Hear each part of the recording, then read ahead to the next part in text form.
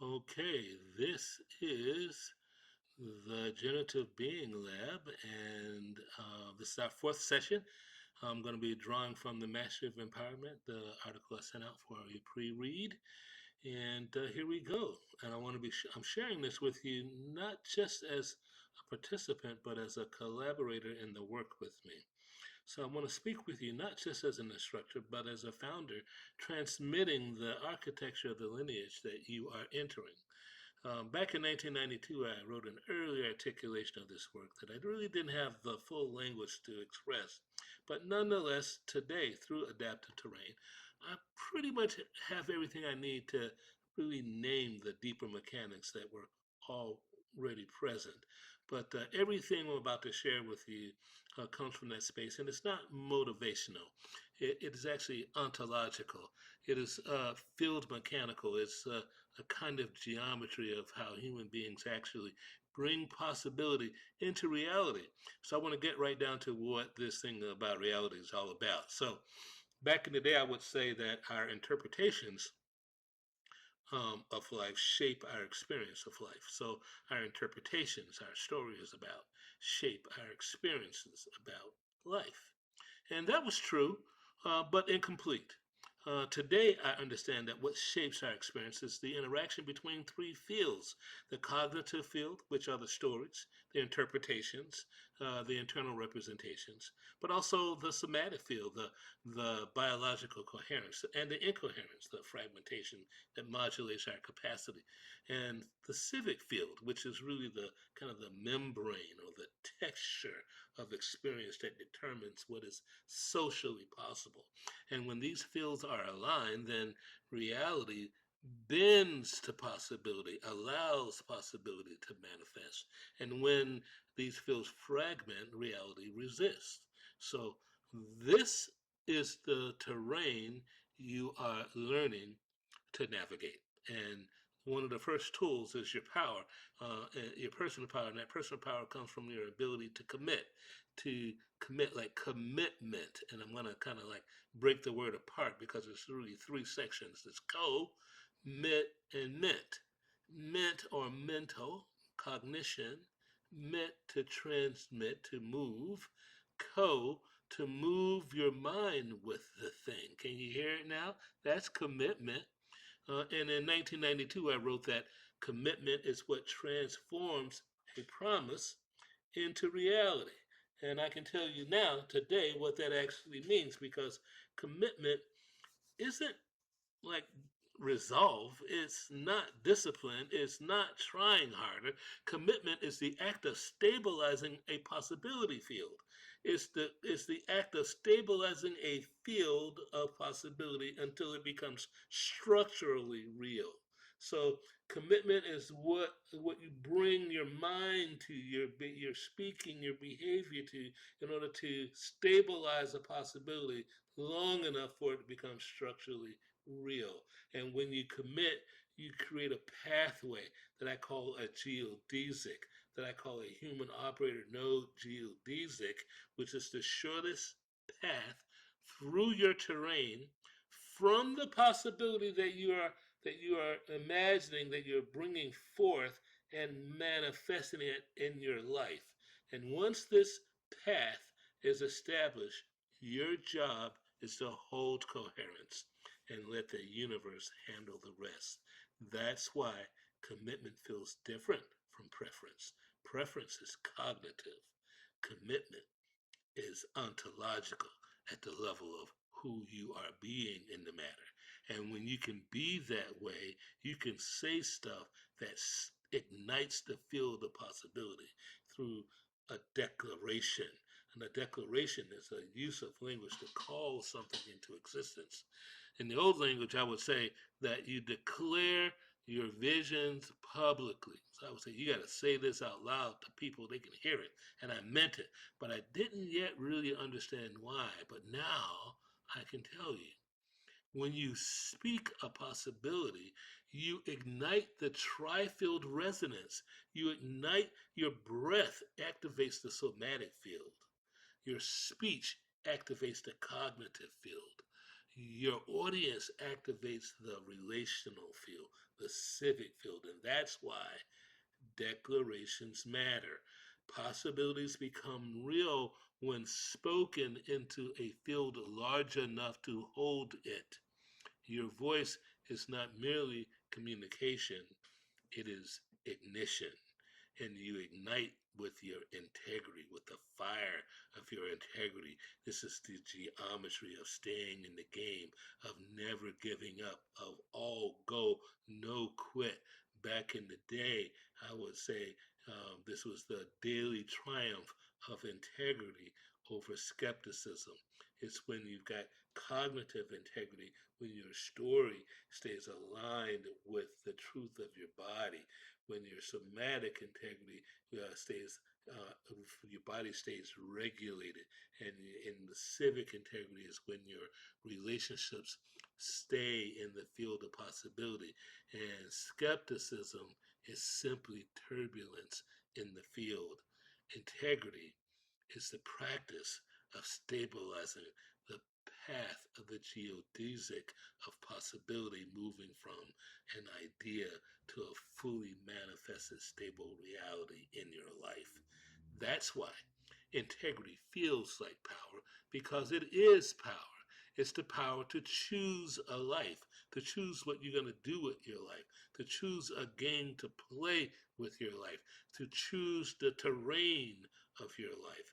Back in the day, I would quote the Rotten saying that it was a master game, and I was pointing to something I could feel but not yet articulate. And today, I say it plainly. A game that is worth playing, well, that's a terrain that is sufficient at the level of attitude and coherence that justifies the full investment of your life. A game worth playing is a terrain at sufficient altitude, is a big enough deal, and has enough juice and coherence to justify your full engagement. When you choose your game, you choose your terrain. When you choose your terrain, you choose your future. And that's why I tell you, choosing a game demands everything. Choose a game that will demand everything from you, because only then will you discover who you really are. And back in the day, I would talk with you and help my associates, with a ritual that allowed them to take stands, to speak their truth, and to carve out possibilities. In those early days, I would give a ritual that sounded like, I am that I am the stand that I take. I am that I am the stand that I take. Now, that wasn't poetry, it was field engineering.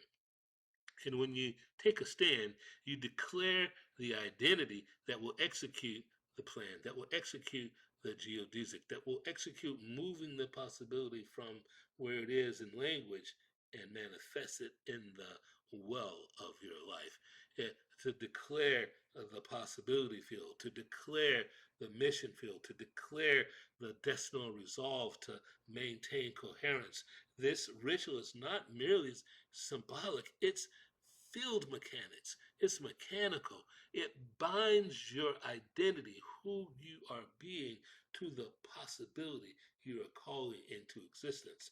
And all there is to do at that point is to maintain the speaking, to maintain the physiology, to hold your truth, to not quit, to not give up.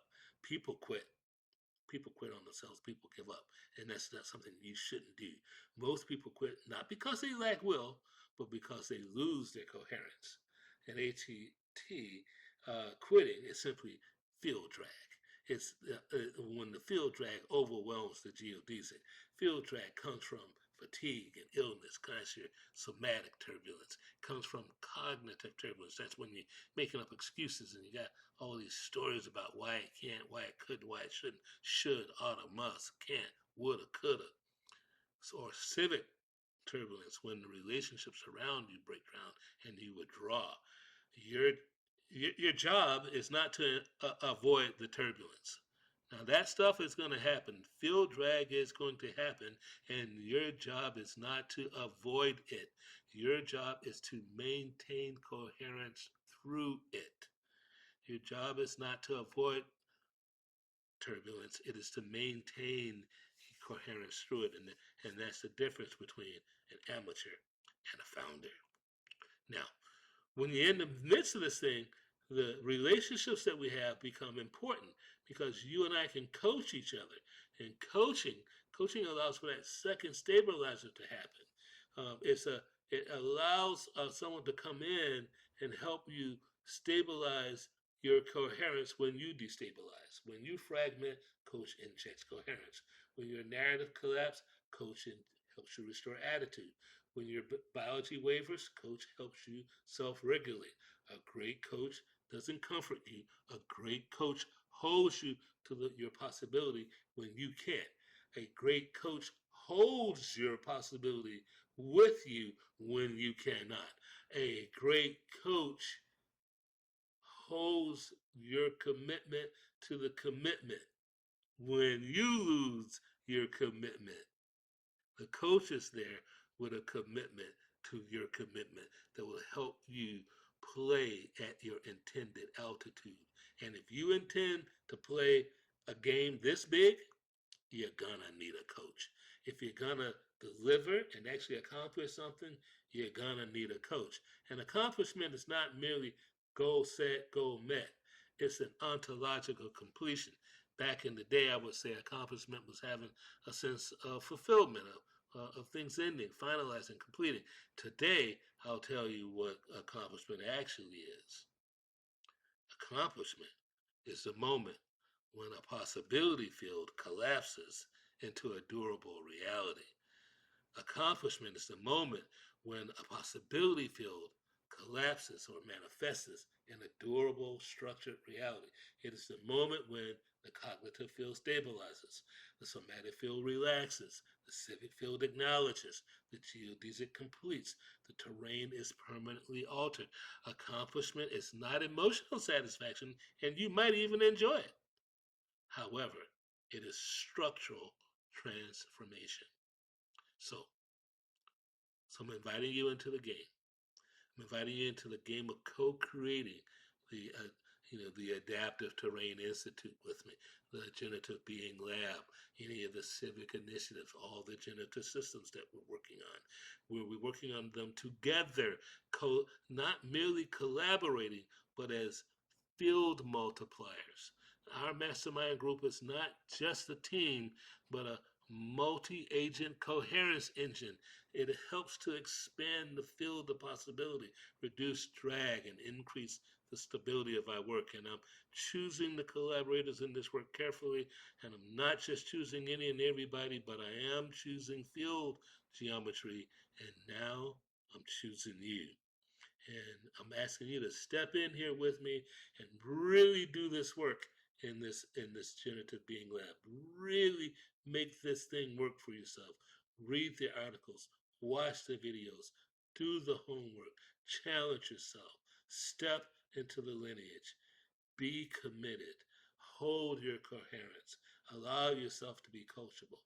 And if you can do these things, I promise you that you will do more than merely accomplish projects.